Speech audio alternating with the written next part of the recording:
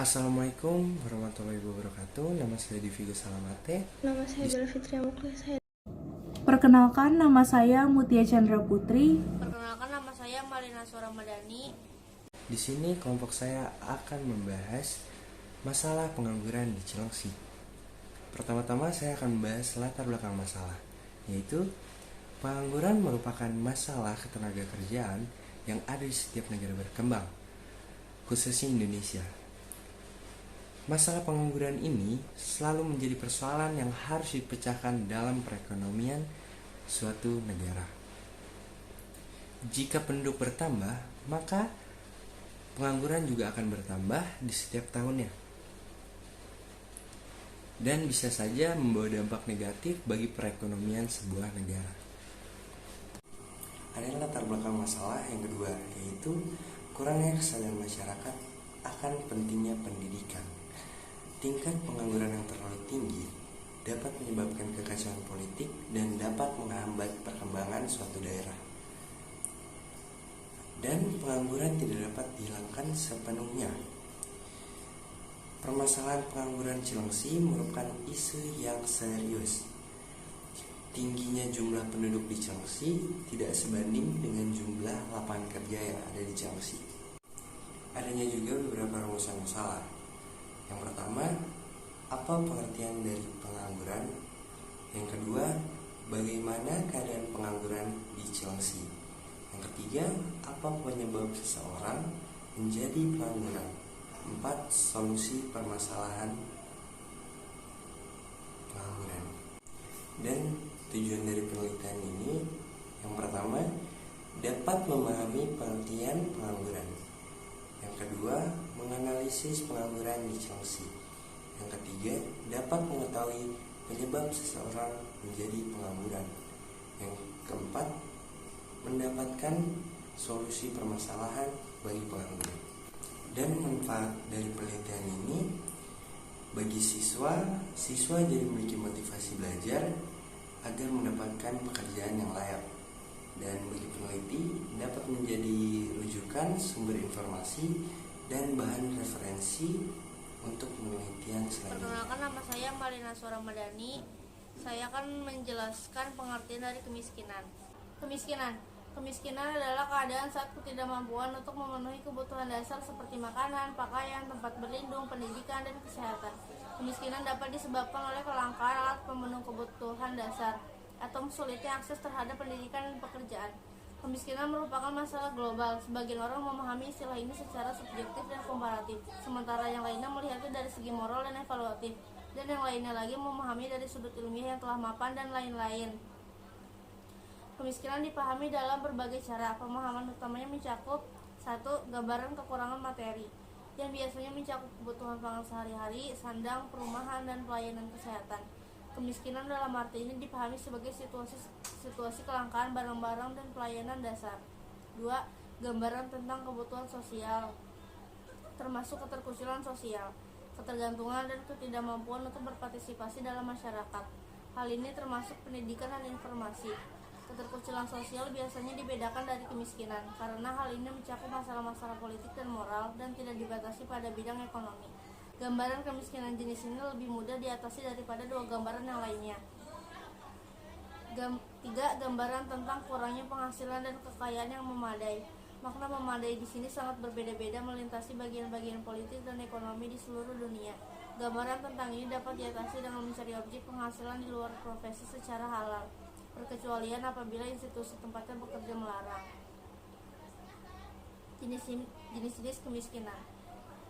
1. Kemiskinan absolut. Kemiskinan absolut merupakan jenis kemiskinan di mana orang-orang miskin mempunyai tingkat pendapatan di bawah garis kemiskinan atau jumlah pendapatan yang tidak cukup untuk memenuhi kebutuhan pokok hidup. 2. Kemiskinan relatif. Kemiskinan relatif merupakan jenis kemiskinan yang terjadi karena pengaruh kebijakan pembangunan yang belum menjangkau seluruh masyarakat, sehingga mengakibatkan terjadinya ketimpangan pada pendapatan, atau bisa dikatakan bahwa seseorang sebenarnya telah hidup di atas garis kemiskinan, namun masih berada di bawah kemampuan masyarakat sekitarnya. 3. Kemiskinan kultural. Kemiskinan kultural merupakan jenis kemiskinan yang disebabkan oleh faktor budaya seperti malas, tidak ada usaha untuk memperbaiki tingkat kehidupan, pemboros, dan lain-lain. 4. Kemiskinan struktural. Kemiskinan struktural merupakan kemiskinan yang dialami oleh suatu golongan masyarakat karena struktur sosial masyarakat tersebut memungkinkan golongan masyarakat tidak ikut menggunakan sumber-sumber pendapatan yang. Perkenalkan, nama saya Mutia Chandra Putri. Selanjutnya adalah pengertian dari pengangguran.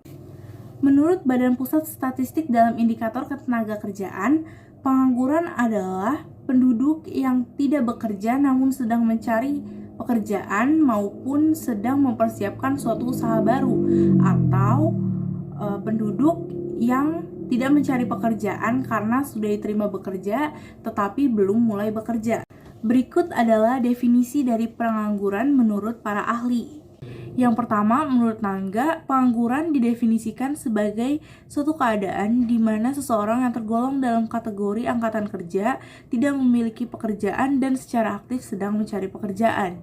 Selanjutnya, menurut Sukirno, pengangguran adalah suatu keadaan di mana seseorang yang termasuk dalam angkatan kerja ingin memperoleh pekerjaan akan tetapi belum mendapatkannya. Seseorang yang tidak bekerja namun tidak secara aktif mencari pekerjaan tidak tergolong sebagai pengangguran. Pengangguran itu merupakan masalah makroekonomi yang mempengaruhi kelangsungan hidup manusia secara langsung. Bagi kebanyakan orang, kehilangan suatu pekerjaan merupakan penurunan suatu standar kehidupan. Jadi tidak heran apabila pengangguran menjadi topik yang sering diperbincangkan dalam perdebatan politik oleh para politisi yang seringkali mengkaji bahwa kebijakan yang mereka tawarkan akan membantu terciptanya lapangan pekerjaan. Setelah mengetahui pengertian dari pengangguran dan definisi-definisi pengangguran menurut para ahli, mari kita mengenal jenis-jenis dari pengangguran. Yang pertama adalah jenis pengangguran konjungtural. Penyebab terjadinya pengangguran konjungtural karena adanya perubahan ekonomi. Dalam suatu negara bisa mengalami resesi ekonomi yaitu kemunduran dan masa depresi yaitu kehancuran. Pada saat itu perusahaan akan mengalami kerugian sehingga tenaga kerja otomatis akan dikurangi. Hal ini berdampak pada pemutusan hubungan kerja atau PHK pada pekerja. Akibatnya banyak pengangguran karena perubahan ekonomi ini. Yang selanjutnya jenis kedua yaitu pengangguran struktural. Pengangguran struktural ini penyebabnya adalah karena perubahan ekonomi dalam waktu lama. Contohnya adalah perubahan negara agraris menjadi ekonomi. Hal ini mempengaruhi pada tenaga kerja yang berkurang karena perubahan lowongan kerja. Akibatnya muncul pengangguran karena tidak sesuai dengan keterampilan di bidang tertentu. Cara mengatasi pengangguran di bidang struktural ini adalah dengan menambah pendidikan dan latihan yang sesuai dengan tenaga kerja. Yang ketiga adalah jenis pengangguran musiman.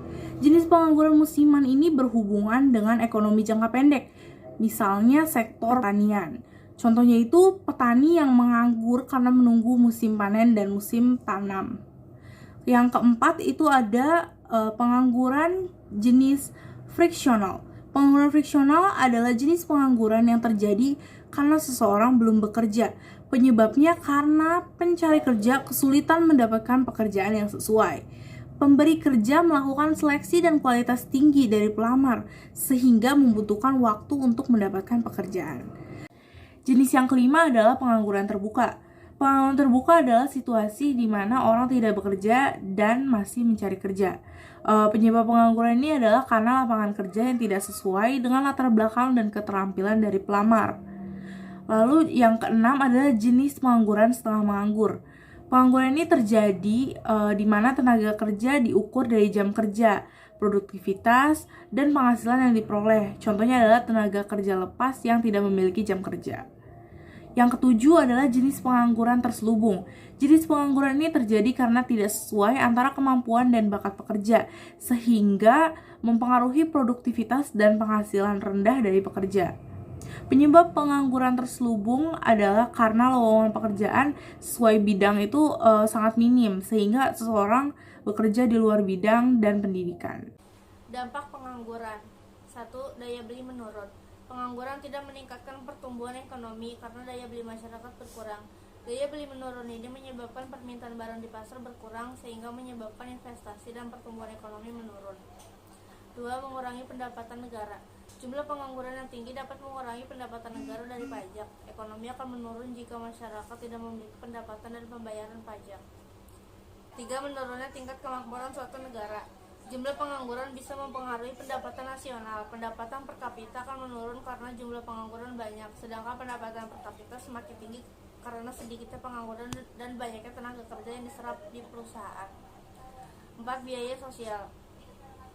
Pengangguran berdampak pada biaya sosial semakin tinggi. Contoh biaya sosial seperti biaya medis, keamanan, dan proses peradilan. Tingginya jumlah pengangguran bisa berdampak pada tindak kejahatan. 5. Beban psikologis seseorang. Yang menganggur terlalu lama dapat tertekan. Hal ini berdampak pada psikologis mereka. Seseorang dapat tertekan karena belum mendapatkan pekerjaan dan tekanan sosial di lingkungan sekitar. 6. Dampak pengangguran pada individu. Pengangguran berdampak pada ketidakstabilan politik dan sosial suatu negara. Selain itu bisa menghilangkan keterampilan yang dibutuhkan di berbagai bidang pekerjaan. Individu juga mendapat tekanan dari lingkungan sosial. Assalamualaikum warahmatullahi wabarakatuh. Nama saya Bella Fitria Muklis. Saya dari kelas 10 IPA 3 kelompok 1. Saya ingin membahas bab 3, itu tentang pembahasan metode penelitian. Yang pertama, lokasi penelitian. Penelitian ini dilaksanakan di lingkungan Kecamatan Cilengsi, Kabupaten Bogor, Provinsi Jawa Barat. Yang kedua, sampel. Sampel ini berisi 3 narasumber. Yang ketiga, metode. Metode penelitian yang digunakan oleh kelompok kami adalah metode penelitian kualitatif yang dilakukan secara tanya jawab atau wawancara narasumber secara langsung. Penyebab seseorang menjadi pengangguran. Berdasarkan wawancara yang telah kami lakukan sebelumnya, kami mendapat pengakuan dari para narasumber mengenai penyebab mereka menjadi pengangguran. Narasumber pertama dan kedua mengatakan bahwa mereka tidak nyaman dengan pekerjaan yang mereka lakukan, namun mereka masih belum menemukan pekerjaan yang sesuai dengan keinginan mereka. Narasumber ketiga mengatakan bahwa ia kehilangan pekerjaannya karena adanya pandemi COVID-19 yang menyebabkan ia di PHK dari perusahaan. Dampak seseorang menjadi pengangguran. Dampak yang dirasakan oleh narasumber kami sangatlah beragam. Dampak yang dirasakan oleh narasumber pertama adalah ia tidak dapat mengasah keahliannya lebih dalam lagi di bidang olahraga. Narasumber kedua dan ketiga mengaku merasa sangat sulit memenuhi kebutuhan hidupnya sehari-hari akibat ekonomi yang tidak tercukupi. Jadi dari penelitian yang kami lakukan, kami dapat menyimpulkan bahwa pengaruh ekonomi yang terjadi pada orang-orang itu bisa berbeda-beda antara satu dengan yang lainnya. Semua itu tergantung bagaimana masing-masing dari mereka menghadapi dan menjalaninya sehingga kebutuhan hidup mereka tuh dapat terpenuhi. Selanjutnya adalah saran kami dari pemerintah. Sebaiknya pemerintah menyediakan lapangan kerja yang lebih luas lagi.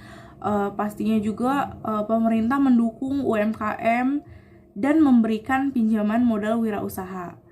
Lalu selanjutnya saran kami untuk narasumber, sebaiknya narasumber berusaha lebih baik lagi dalam mencari pekerjaan, atau mungkin narasumber bisa mencari pekerjaan yang menerima mitra yang sangat banyak gitu.